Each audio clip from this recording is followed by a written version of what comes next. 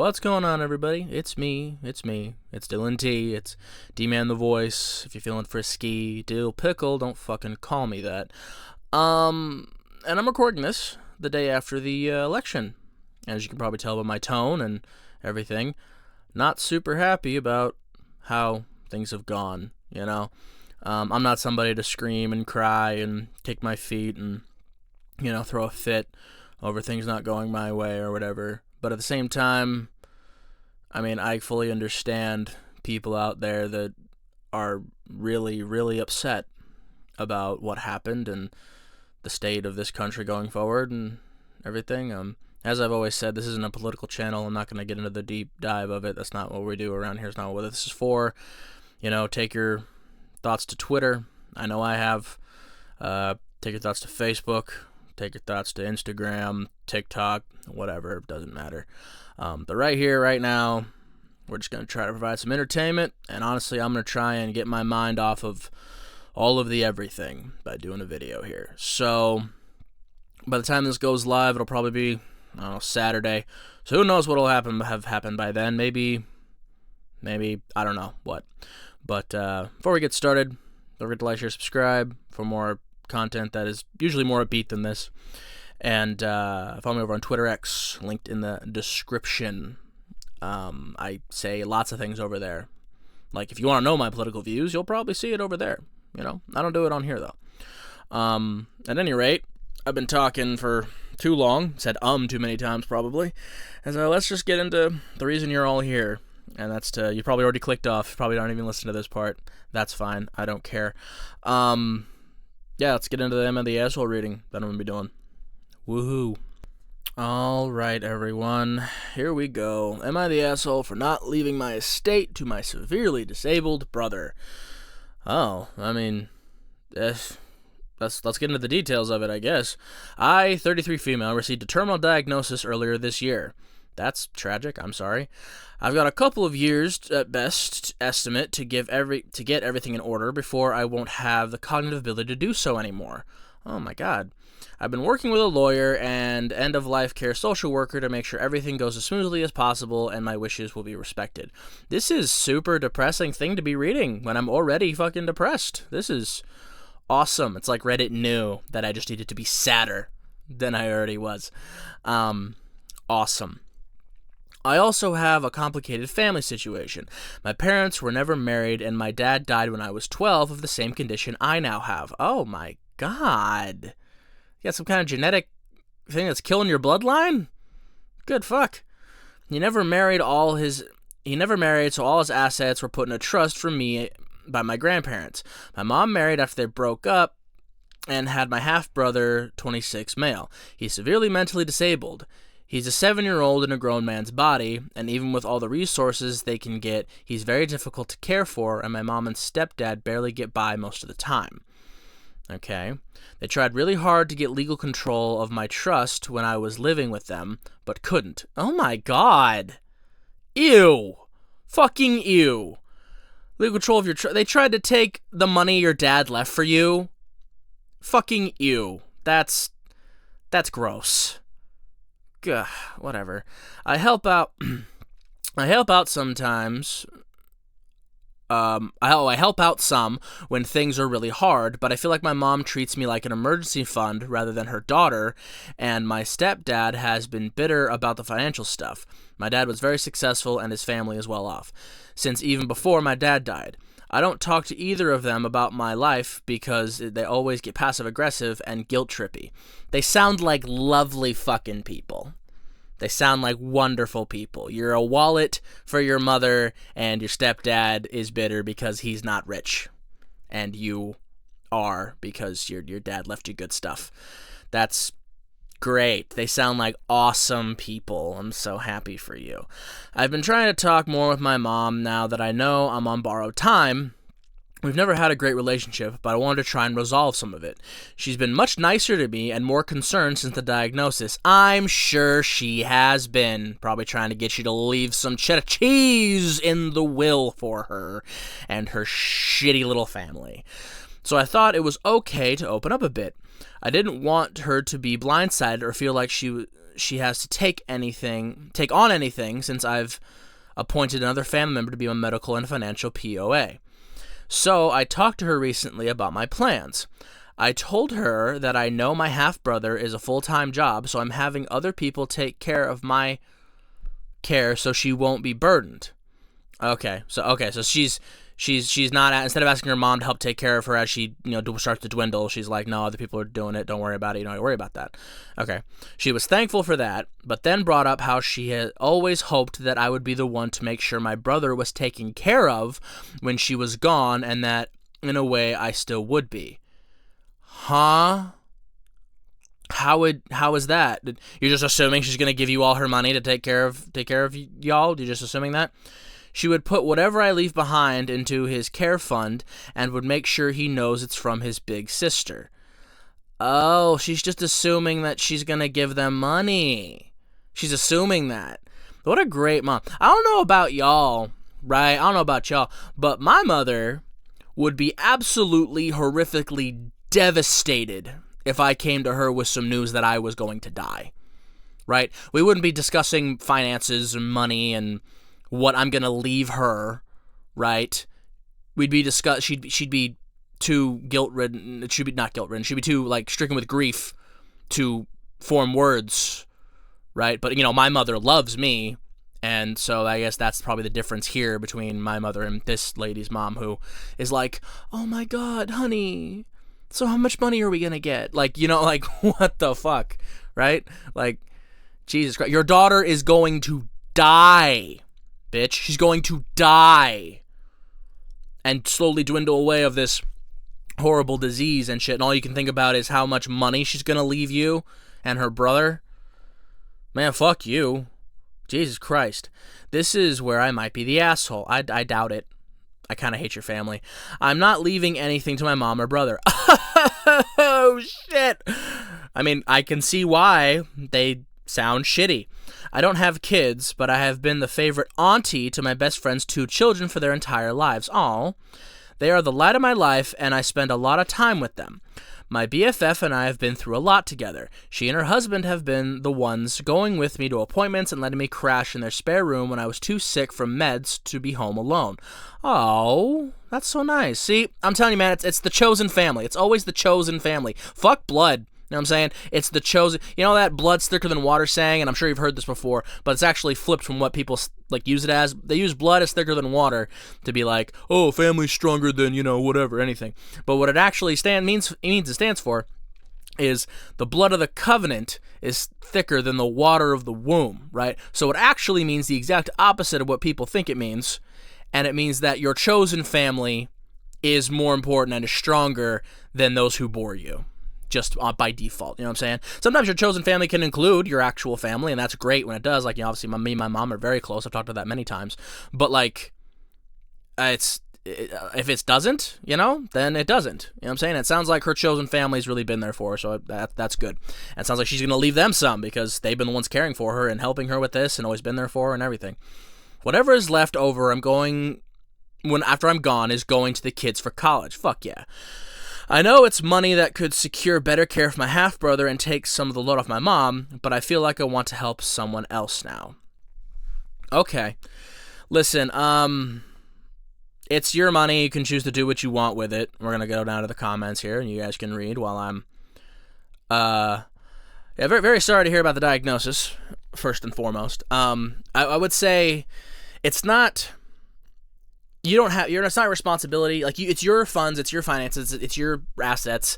It's up to you who you leave it to and what you do, right? Obviously, had your mother been more attentive and like I said, just the way your mother is reacting to your diagnosis, basically being like, oh, I'm so glad that we're gonna have some money to take care of your brother now, basically, is really just telling on where her priorities lie and the way she feels about you. She's more concerned with how much money you're going to leave them as opposed to, how you are, the fact that you're dying, right? She's not concerned with the fact that you're dying. She's concerned with how much money you're going to be leaving her and her little family, her new family has over there. So I don't blame you at all for not leaving them shit, and for leaving whatever, like I said, whatever you have left to the people who have been there for you. You know, your chosen family, your nieces, nephews. I think said they were nephews. I don't know if he said nieces and nephews. I don't remember. But the kids and your chosen family that's been helping you out through all this shit. Like, you want to leave that to them? That's exactly what you should be doing. You know what I'm saying?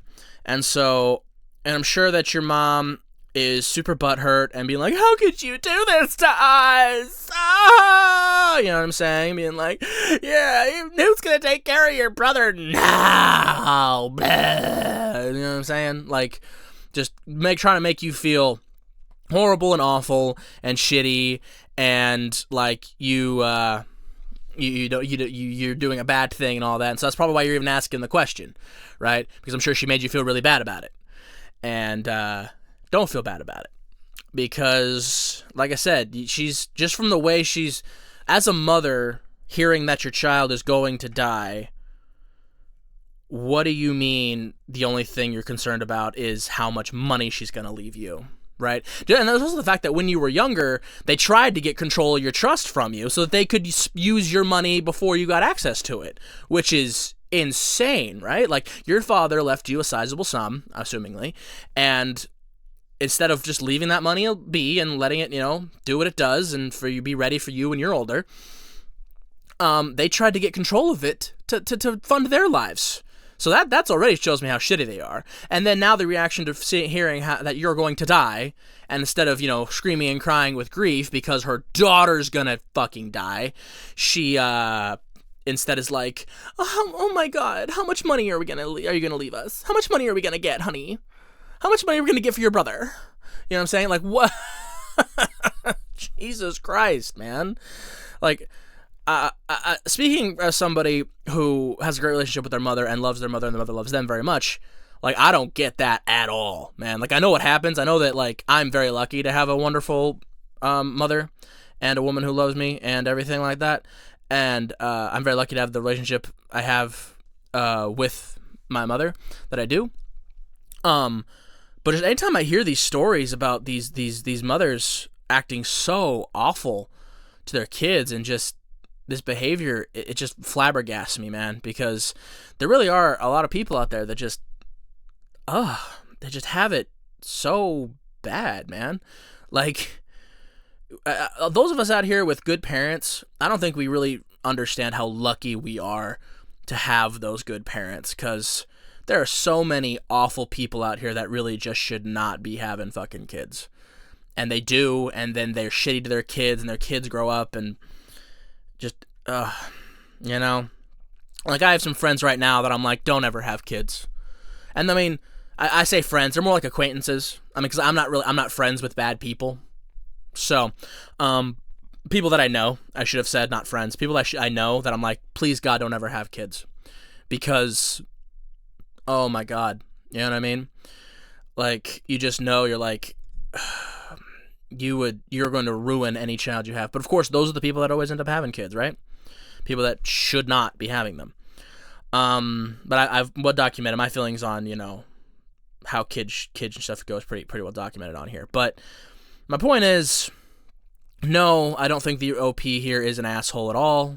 The mother is, I mean, the dad's a whiny little resentful pissant, but the stepdad, I should say. The mom is just, I'm still stuck on that. Your daughter's gonna die. She tells you she's gonna die, and your biggest concern is how much money she's gonna leave you when she dies.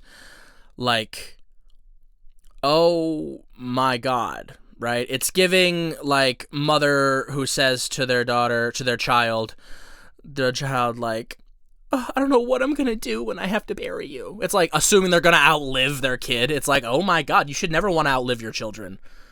What the fuck is the matter with you? That's one of the most horrible things. No parent should outlive their child under any circumstances. I mean, unfortunately, sometimes it happens, and it's awful and tragic, but that should never be the thought or the goal or what you think is gonna happen. And so learning that you are, without a shadow of a doubt, unless your mom drops dead in the next couple years, without a shadow of a doubt, going to outlive your daughter through the same thing that killed, her father, you're just like, oh, honey, So, how many zeros are we talking? How many figures? Right? 5, 6, and hopefully 7. You know what I'm saying? Like,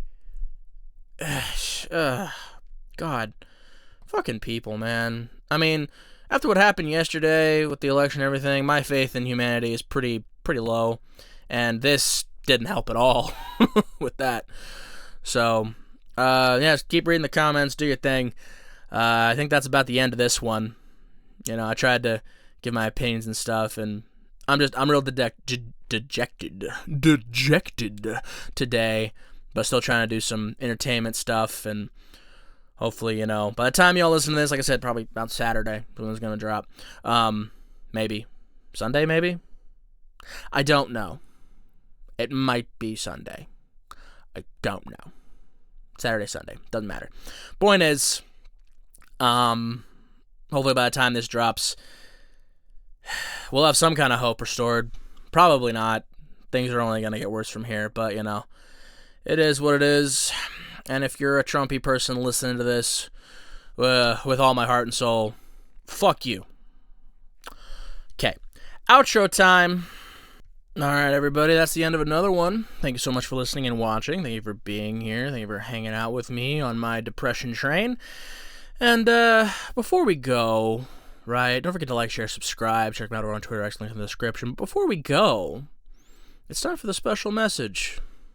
And today's special message, in light of, fucking everything that's going on, despite my tone and everything about, we're all feeling pretty, not all of us, good portion of us are feeling pretty dejected today. I apparently can't say the word dejected, today, and we're feeling pretty depressed, pretty down, pretty low, and that's okay.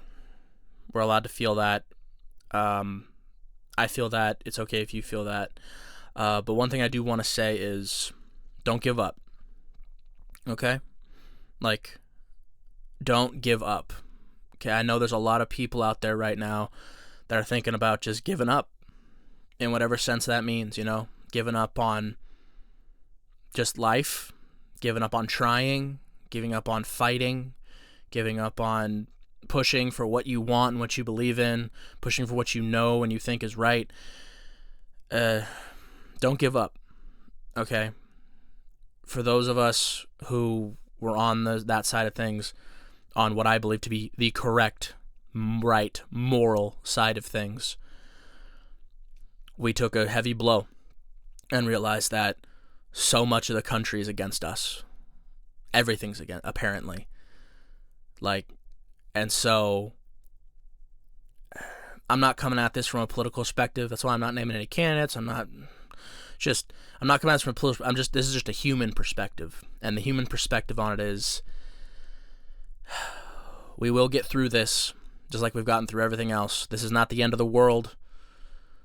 We can fight back. We can move forward.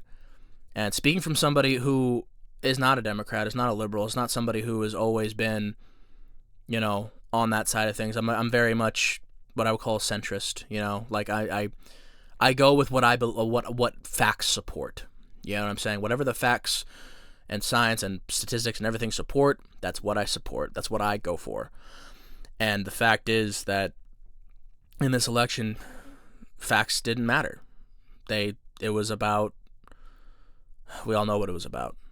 It was about the racist, the sexism, the homophobia, the people who feel all these things being allowed to be the majority, being allowed to be heard, being allowed to be out here. And now the entire country is run by people with that mindset, that people of a certain color are less than, people of a certain sexual identity are less than, people of a certain gender are less, and it's a goddamn shame.